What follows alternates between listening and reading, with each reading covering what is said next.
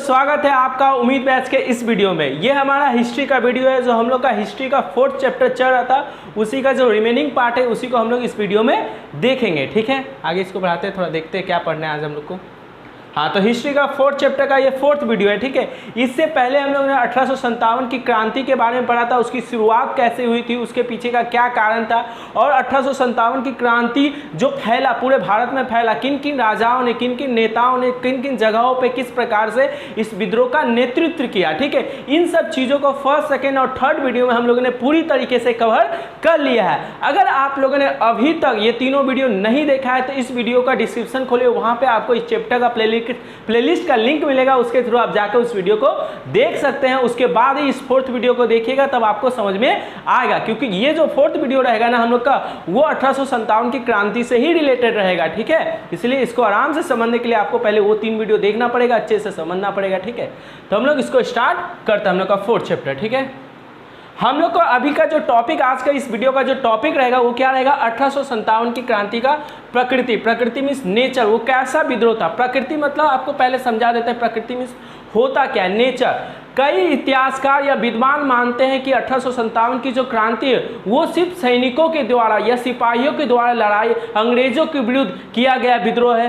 कई ऐसे लोग मानते हैं कि गरीब किसानों का विद्रोह है। कई लोग मानते हैं कि राजा, नवाब या जमींदार जो लोग थे वो लोग क्या अंग्रेजों के जो नीति थी उससे तंग हो गए थे और उन्होंने इस विद्रोह को किया। तो कई अलग अलग प्रकार के इतिहासकार इस 1857 की क्रांति के प्रकृति के बारे में अलग अलग कहते हैं। कोई सिर्फ कहते हैं कि ये सैनिकों ने इस विद्रोह को लड़ा था, कोई कहते हैं राजा महाराजाओं ने इस विद्रोह को लड़ा था, कोई कहते हैं कि आम गरीब जनता जो अंग्रेजों के जुल्म से तंग आ गई थी उन्होंने यह विद्रोह किया था। ठीक है, इस आधार पे हम लोग 1857 की क्रांति को क्रांति की जो प्रकृति है, नेचर है, उसको समझेंगे कि क्या 1857 की क्रांति सिर्फ सैनिकों द्वारा किया गया था या राजा महाराजाओं के द्वारा किया गया था या किस प्रकार का विद्रोह था, उसी चीज को आज हम लोग इस वीडियो के माध्यम से समझेंगे। ठीक है, तो इसको मिटा देते हैं, इससे बहुत MCQ क्वेश्चन आता है, आप लोग को पहले हम लिखा देंगे, उसको याद कर लीजिएगा। ठीक है, आप लोग देखिए क्या लिखा है। अलग अलग इतिहासकारों का 1857 की प्रकृति के विषय में अलग अलग मत है, अलग अलग धारणा है। कोई इसे सैनिक विद्रोह कहता है, सिपाही विद्रोह कहता है, कोई सामंतों का विद्रोह कहता है। ये सब चीज़ें क्या होती है थोड़ी आगे हम लोग पढ़ेंगे, लेकिन इन सब चीज़ों को जो लिखा है यहाँ MCQ में पूछे जाते हैं। ठीक है, इसलिए इन चीज़ों को हम पहले ही लिखा दिए। क्या, रीज नामक इतिहासकार ने इस हिंदुओं और मुसलमानों द्वारा ईसाई धर्म के विरुद्ध एक जिहाद के रूप में देखा। 1857 की जो क्रांति हुई थी उसको रीज नामक एक इतिहासकार था, उन्होंने बोला कि हिंदू और मुसलमान लोगों ने मिलकर जो ईसाई धर्म भारत में पनप रहा था, फल फूल रहा था, उसी के विरुद्ध ये क्या किया, विरुद्ध ये युद्ध किया था। मतलब उन्होंने कहा यह धार्मिक विरुद्ध था, जिसे हिंदू धर्म और मुस्लिम धर्म के लोगों ने ईसाइयों के विरुद्ध लड़ा था। इस चीज को कहने वाले इतिहासकार का नाम क्या था, रीज था। तो इसे पूछ सकता है किसने कहा था कि हिंदू और मुसलमानों द्वारा ईसाई धर्म के विरुद्ध एक जिहाद के रूप में 1857 की क्रांति को किसने देखा था, तो किसने देखा था, रीज ने देखा था। उसके बाद देखिए दूसरा क्वेश्चन क्या पूछ सकता है, MCQ में आएगा ये सब क्वेश्चन। होम्स ने इसे सभ्य और असभ्य लोगों के बीच होने वाला संघर्ष का, होम्स ने कहा, होम्स जो एक इतिहासकार थे, विद्वान थे, उन्होंने कहा एक सभ्य मतलब पढ़े लिखे लोग और एक असभ्य जो विद्रोही थे उनको बोला असभ्य। उन दोनों, और सभ्य किसे कहा, सब अंग्रेजों को कहा उन्होंने, सभ्य एजुकेटेड लोग। ठीक है, और असभ्य किन्हें कहा, वो विद्रोह जो अंग्रेजों के विरुद्ध लड़ रहे थे उनको असभ्य कहा। ठीक है, और उन दोनों के मध्य होने वाला विरुद्ध के रूप में ये होम्स इतिहासकार इसको देखते हैं। उसके बाद देखिए जेम्स ऑटरम ने इसे मुस्लिम सत्ता को पुनर्स्थापित करने का षड्यंत्र कहा। ठीक है, जैसा कि आप लोग को पता है कि भारत में अंग्रेजों से पहले भारत किसके अधीन था, मुगलों के अधीन था। लेकिन अंग्रेज को आगमन के बाद क्या हुआ, मुगल की जो सत्ता थी वो पूरी तरीके से समाप्त हो गई। तो 1857 की क्रांति में मेन लीडर किसको बनाया गया था, बहादुर शाह द्वितीय। अगर 1857 की क्रांति सफल होती तो पूरा भारत का जो राजा बनता वो कौन बनता, बहादुर शाह द्वितीय बनता। मतलब भारत पे फिर से क्या होता, मुगल राज की स्थापना हो जाती। इसीलिए जो जेम्स ऑटरम था उन्होंने कहा कि ये भारत पे फिर से अंग्रेजों को भगाकर मुगल राज की स्थापना करने का ये षड्यंत्र था, ये 1857 की क्रांति। ठीक है, उसके बाद देखिए जॉन लॉरेंस सिले, केप मालसेन, ये सब इतिहासकारों के नाम है। ठीक है, ये देखिए कोमा से सेपरेटेड है, मतलब जॉन लॉरेंस एक अलग इतिहासकार है, सिले, केप मालेसन और स्टेनली ने इसे सिपाही विद्रोह कहा था। ठीक है, इन चारों ने क्या किया था, इसे सिपाही विद्रोह के रूप में दिखा था। अब सिपाही विद्रोह क्यों कहा था, क्योंकि ये सिपाहियों के द्वारा स्टार्ट किया गया विद्रोह था, उसको हम लोग थोड़ा आगे पढ़ेंगे। लेकिन इस चीज को याद रखिएगा कि किन इतिहासकारों, पूछेगा किन इतिहासकारों ने इसे 1857 की महान क्रांति को सिपाही विद्रोह कहा था। तो जॉन लॉरेंस, किसी का एक का नाम लिख दीजिएगा, जॉन लॉरेंस, सिले के मालेसन और स्टेनली ने इसे सिपाही विद्रोह कहा था। कार्ल मार्क्स, बेंजामिन डिज़रायली इत्यादि विद्वानों ने इसे राष्ट्रीय विद्रोह की संज्ञा दी।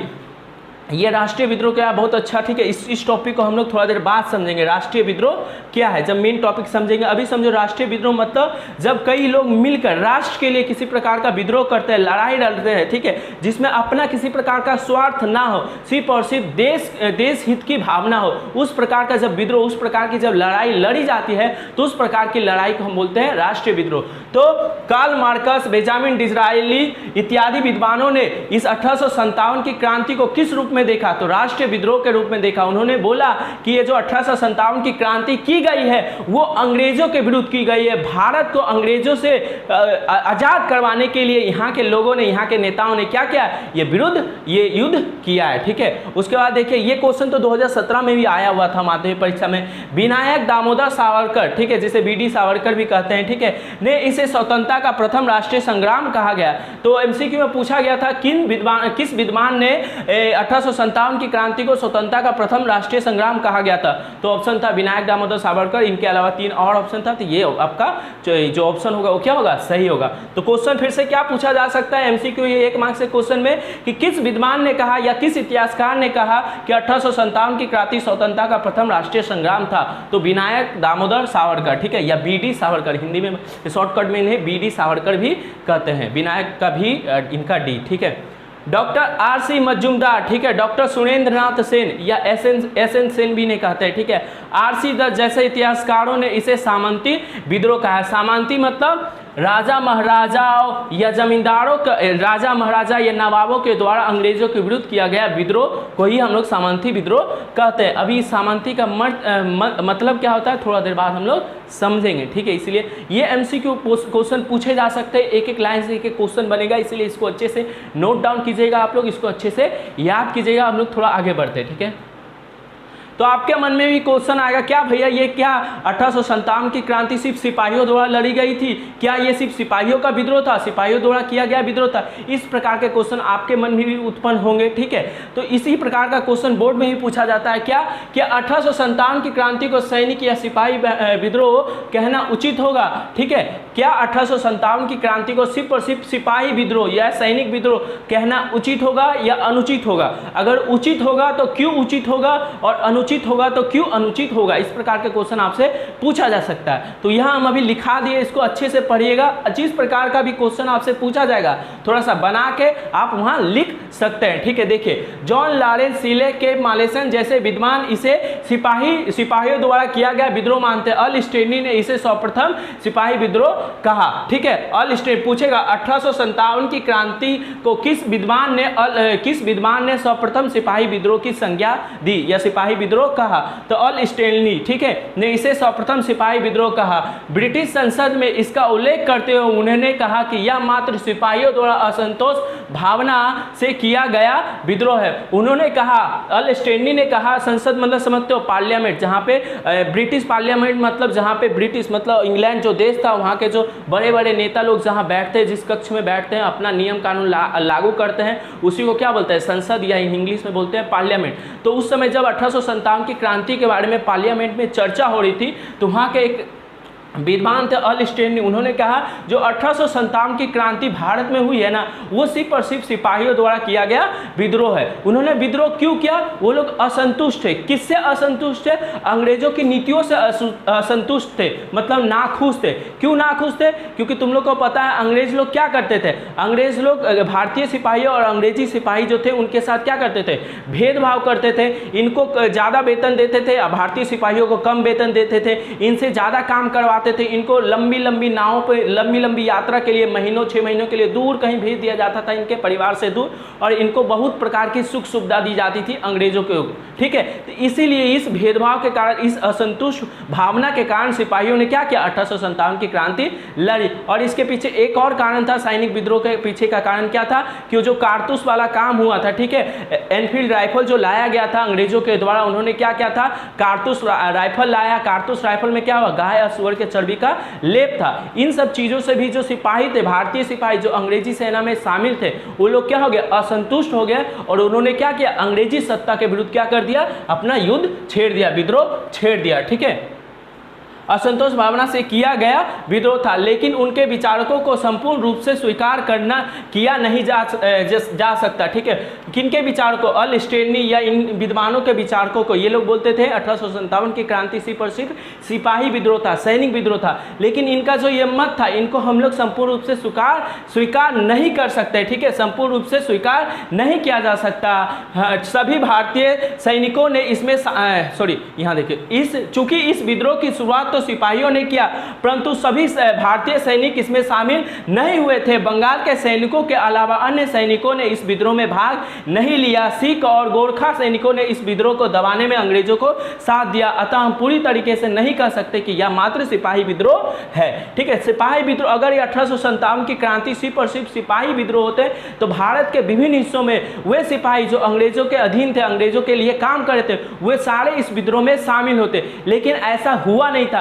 गिने चुने प्रदेशों के, सिर्फ बंगाल के ही सिपाही क्या हुए थे, इस विद्रोह में शामिल हुए थे। अन्य प्रदेशों के सिपाही इस विद्रोह से अछूते रह गए, उन्होंने इस विद्रोह में किसी प्रकार का भाग नहीं लिया, ठीक है। भारतीय सिपाहियों का बात हो रहा है यहाँ पे। और पंजाब में जो सिख और गोरखा सिपाही है, ठीक है, नेपाल में जो गोरखा सिपाही है, ठीक है, इन लोगों ने क्या किया था, अंग्रेजों के साथ दिया था। भारतीय जो विद्रोही थे उनको दबाने में अंग्रेजों का साथ दिया था। तो कुछ सिपाही जो भारतीय सिपाही थे वो अंग्रेजों के साथ थे, और कुछ गिने चुने सिपाही क्या कर रहे थे, विद्रोह कर रहे थे। अगर ये विद्रोही सिपाही अधिक मात्रा में सिपाही क्या होते, इस विद्रोह में शामिल होते, तो इसे 1857 के विद्रोह को हम लोग सिपाही विद्रोह कह सकते थे। लेकिन मैक्सिमम जो सिपाही थे, भारतीय सिपाही थे ना, उन्होंने क्या किया, इस विद्रोह से अछूते रह गया, उन्होंने विद्रोहियों का साथ नहीं दिया। इसीलिए इस विद्रोह को संपूर्ण रूप से सैनिक विद्रोह या सिपाही विद्रोह कहना क्या होगा, उचित नहीं होगा, ठीक है। तो समझ में आ गया, 1857 की क्रांति को हम लोग संपूर्ण रूप से सैनिक या सिपाही विद्रोह नहीं कह सकते।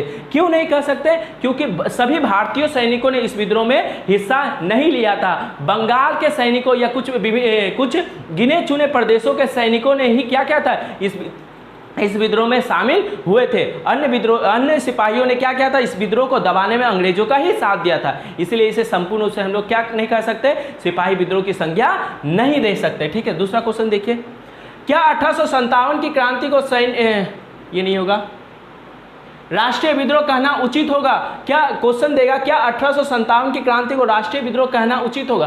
पहले बात तो ये जो वर्ड है इसका मतलब समझ लेते हैं। राष्ट्रीय विद्रोह मतलब जब राष्ट्रीय विद्रोह कब कहेंगे, जब राष्ट्र के लिए, अपने देश के लिए, अपने भारत के लिए किसी प्रकार का हम लोग विद्रोह करेंगे, लड़ाई लड़ेंगे, ठीक है। बोलने का मतलब उसको ध्यान से समझिएगा, ये मतलब क्या हुआ, ठीक है। देखिए, हम जैसे समझ लीजिए भारतीय जो सिपाही है, सैनिक है, उनके मन में किसी प्रकार का स्वार्थ नहीं होता। वो लोग अपना जी जान बलिदान कर देते हैं अपने वतन के लिए, अपने देश के लिए। तो वो लोग जो युद्ध करेंगे उसको हम क्या बोलेंगे, राष्ट्रीय विद्रोह कहेंगे, राष्ट्रीय युद्ध कहेंगे, या राष्ट्रीय, राष्ट्र के लिए, अपने भारत के लिए, बिना किसी स्वार्थ के, ठीक है, मन में बिना किसी स्वार्थ के, बिना किसी लालच के जब किसी प्रकार की लड़ाई लड़ी जाती है तो उस प्रकार के विद्रोह को हम क्या बोलेंगे, राष्ट्रीय विद्रोह। तो क्या भैया 1857 की क्रांति को राष्ट्रीय विद्रोह हम कह सकते हैं? क्योंकि इसमें भी बहुत सारे लोग शामिल हुए थे, बहुत सारे लोगों ने अपने प्राणों के दान दिया था, बलिदान दिया था। तो क्या इसे हम राष्ट्रीय विद्रोह कह सकते हैं या नहीं कह सकते हैं? कुछ इतिहासकार हैं जो इसे राष्ट्रीय विद्रोह कहते हैं, लेकिन कुछ इतिहासकार या विद्वान इसे राष्ट्रीय विद्रोह नहीं कहते हैं। जो कहते हैं उनका भी कुछ एक नियम है, माने उनका भी कुछ मानना है कि इन कारणों से हम इसे राष्ट्रीय विद्रोह कहते हैं। और कुछ जो इतिहासकार इसे नहीं मानते कि ये एक राष्ट्रीय विद्रोह नहीं था, उनका भी कुछ मत है कि इस अनुसार हम लोग इसे राष्ट्रीय विद्रोह नहीं मानते। उसी चीज़ को हम लोग थोड़ा देख लेते हैं, ठीक है। इस विद्रोह का आम विद्रोह कहना उचित नहीं होगा। इंग्लैंड के टोरी पार्टी के नेता बेंजामिन डिज़रायली ने इसे राष्ट्रीय विद्रोह कहा, ठीक है।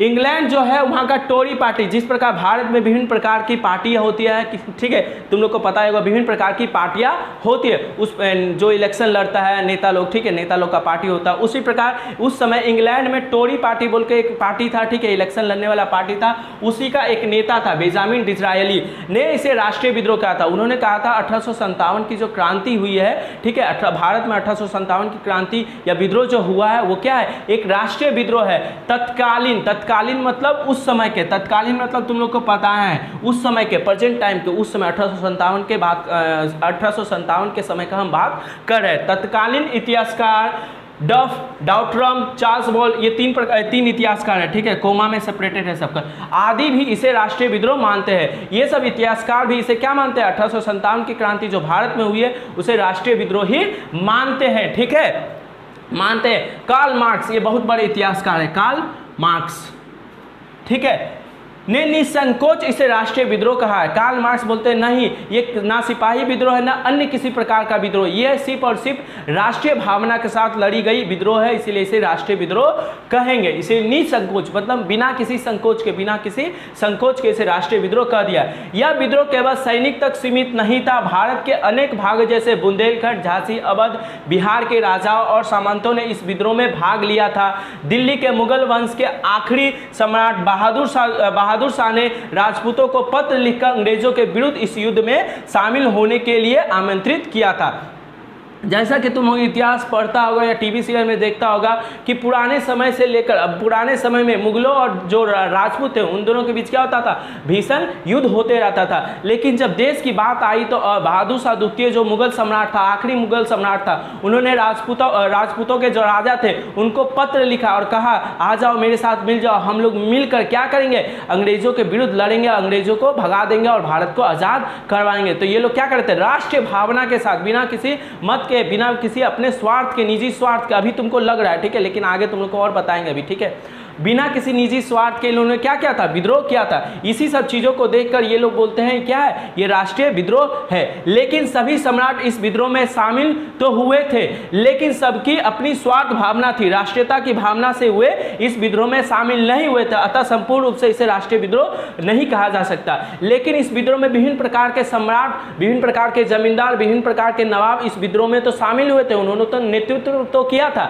लेकिन सभी के मन में देश के लिए कोई ये नहीं था, ठीक है, माने सबके मन में कुछ कुछ ऐसे नेता थे जो इसमें शामिल हुए थे, जो सिर्फ देश के लिए आए थे, देश को आजाद करवाने के लिए इसमें शामिल हुए थे, अंग्रेजों के लड़ने के लिए। लेकिन कुछ कुछ इसमें ऐसे भी नेता थे जिनका निजी स्वार्थ था, वे अपने स्वार्थ के कारण अंग्रेजों को मार के भगाना चाहते थे, अपना राजपाट कायम करने के लिए इस विद्रोह में शामिल हुए थे। तो हम ऐसे नहीं कह सकते कि पूरे जो नेता होता है इसमें शामिल हुए थे, राजा महाराजा शामिल हुए थे, सबके मन में देश को आजाद कराने की भावना थी, राष्ट्रीयता की भावना थी, ठीक है। कुछ कुछ ऐसे थे, अधिकतर ऐसे थे जिनके मन में सिर्फ अपने स्वार्थ की पूर्ति के लिए, वो अपनी स्वार्थ की पूर्ति के लिए किसी कारण से इस विद्रोह में शामिल हुए थे। तो इस विद्रोह को हम राष्ट्रीय विद्रोह भी पूरी तरीके से नहीं कह सकते। राष्ट्रीय विद्रोह कब कहेंगे, जब सारे लोग बिना किसी स्वार्थ के, बिना किसी निजी स्वार्थ के इस विद्रोह में शामिल होते, तब हम इसे क्या कहते हैं, राष्ट्रीय विद्रोह कह सकते थे। अपने देश की लड़ाई, देश की आज़ादी के लिए किया गया विद्रोह कह सकते थे। लेकिन इसमें अधिकतर ऐसे नेता शामिल हुए थे, ऐसे राजा, ऐसे नवाब शामिल हुए थे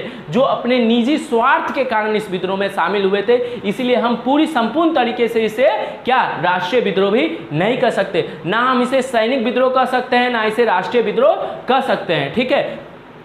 आगे देखते हैं और क्या है इसमें, देखते हैं थोड़ा। क्या 1857 की क्रांति को सामंतों का विद्रोह कहना उचित होगा? सामंतों मतलब देखो, सामंतों मतलब थोड़ा सा समझा दे, उसके बाद तुम लोग को आराम से समझ में आ जाएगा। सामंत मतलब राजा, महाराजा या नवाब, ठीक है, जमींदार, जो बड़े लोग थे, ठीक है, जमींदार, इन सब लोगों को ही सामंत कहा जाता है। सामंत मतलब जिनके पास थोड़ा पैसा उसा था, कुछ राजपाट था, उन सब लोगों को क्या कहा गया यहाँ पे, सामंत कहा गया। तो सामंत का मतलब पहले तुम लोग को समझ में आना, राजा महाराजा नवाब जो होते हैं या जमींदार, नवाब मतलब पता है ना, जो मुगल भाषा में राजा को ही क्या कहते हैं, ठीक है, उर्दू में राजा को ही क्या कहते हैं, नवाब कहते हैं, जमींदार जिनके पास अधिक धन संपत्ति होता था, ठीक है। तो कुछ विद्वानों का मानना है कि 1857 की क्रांति सामंतों का विद्रोह था, ठीक है। तो कुछ विद्वान इसको मानते हैं कि 1857 की क्रांति क्या थी, सिर्फ और सिर्फ राजा महाराजा और नवाबों के द्वारा अंग्रेजों के विरुद्ध किया गया विद्रोह था। तो तुमसे क्वेश्चन पूछेगा, क्या 1857 की क्रांति को सामंतों का विद्रोह कहना उचित होगा, ठीक है, ये तुमसे क्वेश्चन पूछेगा। तो तुम इसका आंसर देखो क्या लिखेगा। कुछ विद्वानों का मानना है कि यह केवल राजाओं, नवाबों, जमींदारों, पूंजीपति वर्ग के असंतोष का परिणाम था। किसी का राजपाट छिन गया था, किसी की पेंशन घट गई थी या बंद हो गई थी, किसी के उत्तराधिकारी का झगड़ा था। इसी कारण कई राजा, नवाब, जमींदार इस विद्रोह में भाग लिए थे। जैसा कि तुम लोग को पता है, जो बहादुर शाह द्वितीय था उसका अपना निजी स्वार्थ था, वो फिर से क्या भारत का राजा बनना चाहता।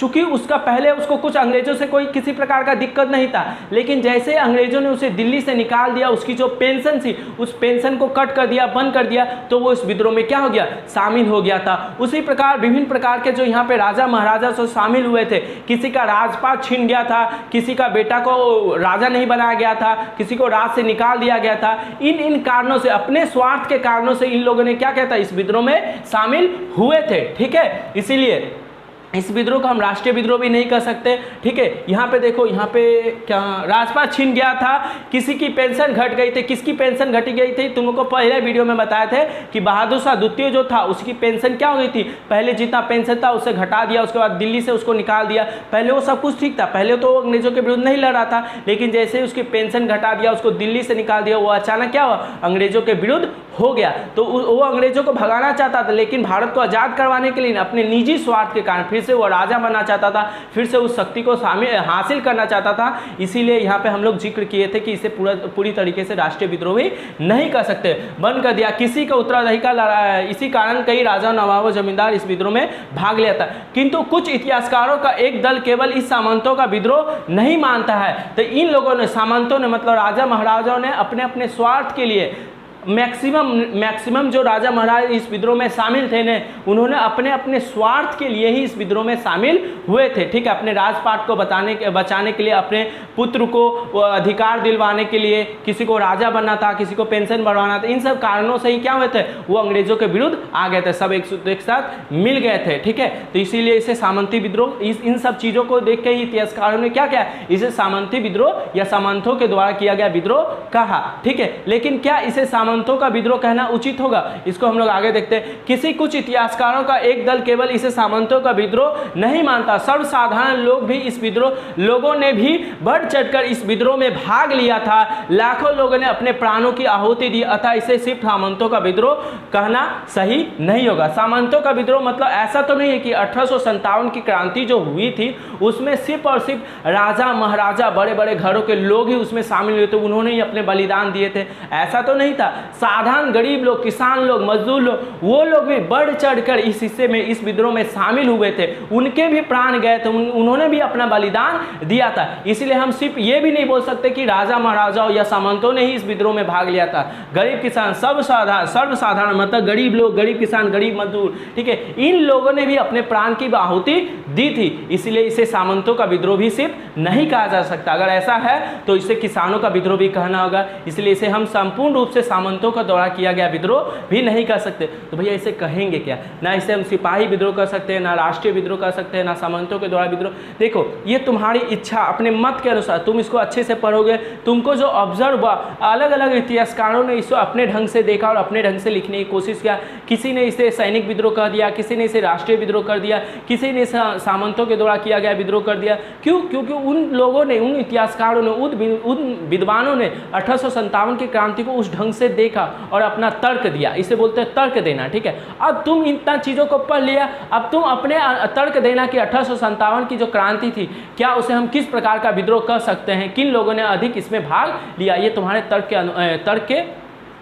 तर्क पे डिपेंड करता है कि तुम इसे किस प्रकार का विद्रोह कहोगे। अगर क्वेश्चन आ गया कि 1857 की क्रांति का प्रकृति लिखो अपने तर्क के अनुसार, तर्क के अनुसार मतलब तुम क्या सोचता 1857 की क्रांति किस प्रकार का था, कि उसकी प्रकृति, उसकी नेचर क्या था। तो तुमको जो समझ में आएगा, सिपाही विद्रोह समझ में आया कि ये सिर्फ सिपाहियों ने इस विद्रोह को लड़ा था, तो तुम सिपाही विद्रोह लिख सकता है, राष्ट्रीय विद्रोह लिख सकता है, या फिर सामंती विद्रोह लिख सकता है, या जो भी तुमको समझ में आया वो लिख सकता है। ये तुम पे डिपेंड करता है। इसमें क्वेश्चन एक प्रकार का और पूछा जा सकता है, क्या 1800 ऐसे पूछ सकता है कि 1857 की क्रांति को सामंतों का विद्रोह कहना उचित होगा या अनुचित होगा।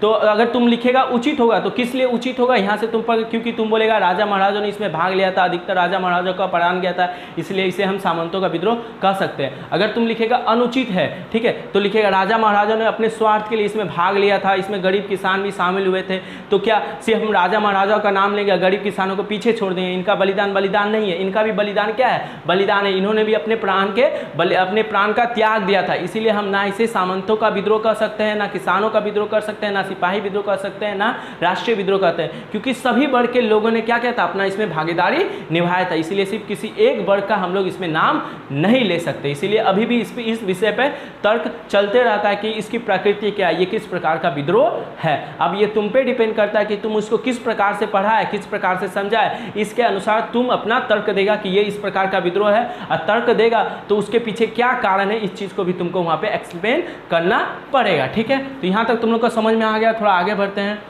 1857 पर बंगाली शिक्षित वर्ग का नज़रिया क्या था, मतलब 1857 की क्रांति को देखकर या उसको देखकर बंगाली जो पढ़े लिखे बंगाली थे, ठीक है, वो इस विद्रोह के बारे में क्या सोचते थे, क्या उन्होंने इस विद्रोह में भाग लिया था, नहीं लिया था, उनके अनुसार इस विद्रोह का क्या कारण था, उन सब चीज़ों पे भी क्वेश्चन पूछे जाते हैं। ठीक है, तो इसी चीज़ को यहाँ पढ़ते हैं। बंगाली शिक्षित वर्ग, तुम लोग को पता है सबसे पहले जो एजुकेशन स्टार्ट हुआ था वो बंगाल में स्टार्ट हुआ था। बंगाली जो पढ़े लिखे थे, बंगाली जो लोग थे, उन्होंने ही सर्वप्रथम पाश्चात्य वेस्टर्न कल्चर को अपनाया था और अंग्रेजी तरीके से पाश्चात्य ढंग से पढ़ना लिखना सीख रहे थे। इसलिए यहाँ पे लिखा है बंगाली शिक्षित, मतलब वे बंगाली जो पढ़े लिखे थे, जो पाश्चात्य शिक्षा को ग्रहण कर रहे थे, उनका ही हम नाम ले रहे हैं। ठीक है, तो बंगाली शिक्षित वर्ग इस विद्रोह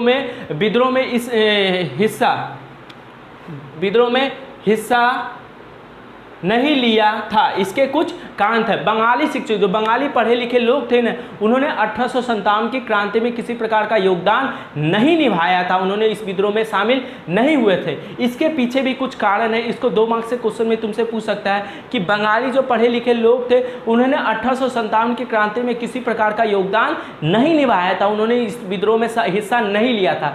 क्यों नहीं लिया था, उसके कारणों को लिखो। तो देखो कारण, आधुनिक शिक्षित बंगालियों को विद्रोह पर शक था, विद्रोहियों पर सकता हुए विद्रोह को धनी व्यक्तियों को लूटने मारने वाले समझते थे। आधुनिक मतलब जो पढ़े लिखे जो बंगाली लोग थे, उनको लगता था ये जो 1857 की क्रांति में जो विद्रोही लोग हैं ना, वो क्या है, वो सिर्फ अपना स्वार्थ के लिए इसमें आए। वो क्या करना चाहते हैं, सिर्फ धनी लोग को लूटना चाहते हैं, ठीक है, गरीबों को मारना चाहते हैं, राजा महाराजा का जो धन है उसको हड़पना चाहते हैं। इसलिए जो बंगाली लोग हैं ना, उन विद्रोहियों पे शक था कि ये राष्ट्रीयता की भावना से, देश को आज़ाद कराने की भावना से ये विद्रोह नहीं लड़ रहे, इनका कुछ स्वार्थ है, ये लोग सिर्फ और सिर्फ लूटना, ये सबको मारना चाहते हैं। इसलिए उनको उस पर शक था, इनके जो विद्रोहियों का जो नीति है उस पर इन बंगालियों का शक था। इसलिए इन्होंने क्या किया था, विद्रोहियों का साथ नहीं दिया था। दूसरा कारण, वे लोग ब्रिटिश न्याय में विश्वास करते थे, उनके प्रति वफादार थे। ये जो बंगाली लोग थे, जो पढ़े लिखे बंगाली लोग थे ना, उनको ब्रिटिश जो सरकार था उस पर, उनका जो न्याय व्यवस्था था उस पर काफ़ी विश्वास था। ठीक है, पढ़े लिखे बंगालियों का,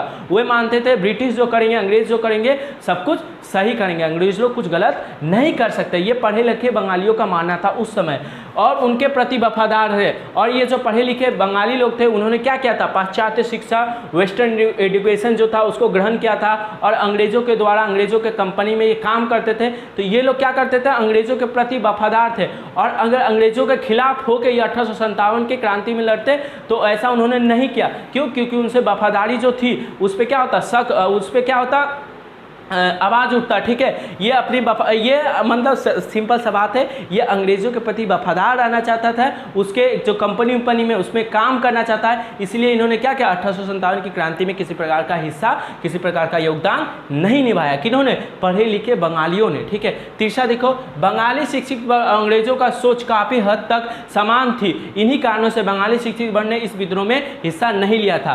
बंगाली लोग समझते थे, बंगाली लोग वेस्टर्न कल्चर को जब अपना लिए थे, पाश्चात्य शिक्षा को जब ग्रहण कर लिए थे, तो बंगाली लोग का मानना था कि जब तक अंग्रेज इस देश में रहेंगे ना, अंग्रेज इस देश में रहेंगे ना, तो भारत में जो अंधविश्वास है, बहु विवाह, जो बाल विवाह है, बेटियों को जो समुद्र में गंगा में बहा दिया जाता था, ठीक है, और जो विधवा स्त्री थी उसको जला दिया जाता था, ये सब जो कुप्रथाएं थी ना बंगाल में या पूरे भारत में, इन सब चीज़ों को हटाया जा सकता है। और कब हटाया जा सकता है? सिर्फ और सिर्फ अंग्रेजों के माध्यम से ही हटाया जा सकता था। इसलिए वो अंग्रेजों के विरुद्ध नहीं होना चाहते थे। उनका सोच अंग्रेजों का सोच मिलता था, ठीक है। किस मामले में मिलता था? भारत में जो अंधविश्वास थे ना, उसको अंग्रेज भी दूर करना चाहते थे और ये बंगाली लोग भी दूर करना चाहते थे। इसलिए बंगाली लोग उसका साथ, अंग्रेजों का साथ देते हैं और विद्रोहियों का साथ नहीं देते। इन तीन कारणों से जो बंगाली लोग थे, उन्होंने 1857 की क्रांति में किसी प्रकार का हिस्सा नहीं लिया था। कुछ बंगालियों ने लिया था, ठीक है, लेकिन जो पढ़े लिखे शिक्षित बंगाली थे, उन्होंने 1857 की क्रांति में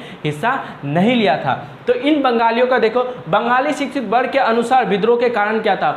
पूछेगा बंगाली शिक्षित वर्ग जो पढ़े लिखे वर्ग थे ना, उनके अनुसार जो 1857 की जो क्रांति हुई थी, उसके पीछे का कारण क्या था, रीजन क्या था? तो बंगाली शिक्षित वर्ग का जो मानना है, दो ही कारण था। पहला कारण है धार्मिक कारण, दूसरा कारण है आर्थिक कारण। बंगाली शिक्षित वर्ग का मानना था कि 1857 की जो क्रांति भारत में हुई, उसके पीछे दो ही रीजन है, दो ही कारण है। पहला कारण क्या है? धार्मिक कारण। दूसरा क्या है? आर्थिक कारण। देख लेते हैं इसको क्या है। धार्मिक कारण में वे कहते हैं अंग्रेजों ने भारतीय सैनिकों के धर्म के विनाश करने के लिए कारतूस में गाय और सूअर के चर्बी का प्रयोग किया, जिससे भारतीय सैनिकों ने विद्रोह कर दिया। वे मानते हैं 1857 की क्रांति जो हुई थी, उसके पीछे एक कारण था क्या? धार्मिक कारण। अब अंग्रेजों ने क्या कहता, कारतूस गाय या सूअर का चर्बी का लेप लगा के दे दिया था भारतीय सैनिकों के, जिसमें हिंदू भी थे, मुसलमान थे, ठीक है। दोनों ने क्या क्या था, इसको अपने धर्म पे ले लिया था। उन्होंने समझा कि अंग्रेज लोग जो है वो हम लोग का धर्म नष्ट करना चाहते, इसीलिए क्या क्या था, इन भारतीय सिपाहियों ने क्या क्या था, अंग्रेजों के विरुद्ध विद्रोह कर दिया था। ये पहला कारण मानते हैं। कौन लोग मानते हैं? पहला वीडियो में हम लोग जब पढ़े थे तो वहाँ 5-6 कारण लिखाए थे, लेकिन उन कारणों को ये कारण नहीं मानते हैं। इनके अनुसार, बंगाली शिक्षित वर्ग के अनुसार 1857 की जो क्रांति हुई थी, उसके पीछे सिर्फ और सिर्फ दो ही कारण थे। पहला कारण ये था। दूसरा कारण क्या था? अंग्रेजों ने यहाँ के राजाओं, नवाबों और जमींदारों को उनके राजपाट से निकाल दिया, ठीक है, उनकी पेंशन रुकवा दी। इसलिए उन लोगों ने मिलकर अंग्रेजों के विरुद्ध यह विद्रोह किया था। देखो अंग्रेजों ने क्या किया था, यहाँ के राजा महाराजा नवाबों को राजपाट से विभिन्न प्रकार के नियम कानून ला दिए थे। बोला था तुम्हारा बेटा नहीं है तो तुम यहाँ पे राजा नहीं बना सकता, तुम गोद लिया बेटा को राजा नहीं बना सकता, इस अनुसार उसका राजपाट छीन लिया, ठीक है। तो विभिन्न प्रकार के जो राजा महाराजा थे वो इस विद्रोह में शामिल हुए थे। उन्होंने इस विद्रोह में इस विद्रोह का नेतृत्व किए थे। किस लिए क्या था? क्योंकि आर्थिक स्थिति, मतलब पैसा, धन संपत्ति क्या होता, लूट रहे थे अंग्रेज। इसी कारणों से विवश होकर इन राजा महाराजा ने इस विद्रोह में शामिल हुए थे, इसलिए विद्रोह हुआ था। तो बंगाली शिक्षित वर्ग के अनुसार 1857 की क्रांति के दो ही कारण थे। पहला तो धार्मिक कारण जो सैनिकों के द्वारा की गई था, वही कारतूस वाला, और दूसरा आर्थिक कारण। अगर अंग्रेज लोग यहाँ के राजा नवाब को कुछ नहीं करते, उनको राजपाट जैसे कर रहा था उसे करने देते, थोड़ा मैं टैक्स उस लेते, उनको राजपाट से नहीं हटाते, तो यहाँ के जो राजा महाराजा है ना, वो कभी भी अंग्रेजों के विरुद्ध नहीं जाते। लेकिन अंग्रेज लोग अधिक लालसा में, अधिक धन की लालच में वो लोग क्या किए, यहाँ का राजा महाराजाओं को विभिन्न प्रकार के नियम कानून लगा के उसको राजपाट से हटाने लगे। इसलिए यहाँ के राजा महाराजा ने अंग्रेजों के विरुद्ध क्या कर दिया, युद्ध कर दिया। तो दूसरा कारण उन लोग क्या बोलते हैं, आर्थिक कारण, धन संपत्ति वाला कारण, ठीक है। तो और है क्या? हाँ, तो यहाँ पे हम लोग का जो 1857 की क्रांति हुई, 1857 की क्रांति वो पूरी एक वीडियो से लेकर 4 वीडियो में पूरी तरीके से खत्म हो गई है। इसको एक एक क्वेश्चन को, एक एक चीज़ को हम लोग ने डिटेल में यहाँ डिस्कशन कर लिया है, ठीक है। तो आप लोग क्या कीजिए, इसको अच्छे से याद कर लीजिए, इसका नोट्स बना लीजिए। यहाँ पे जो भी लिखा हुआ है इसका आपको डिस्क्रिप्शन खोलिए, वहाँ पे आपको ये PDF मिल जाएगा। इसको भी अच्छे तरीके से नोट डाउन कर लीजिएगा। और 2 वीडियो इस चैप्टर पे आएगा, फिर हमारा 4th चैप्टर भी खत्म हो जाएगा। इसीलिए अगर आप लोग अभी भी सीरियस नहीं है तो सीरियस हो जाए और जमकर पढ़ाई कीजिए, ठीक है। फिर मिलते हैं नेक्स्ट वीडियो में।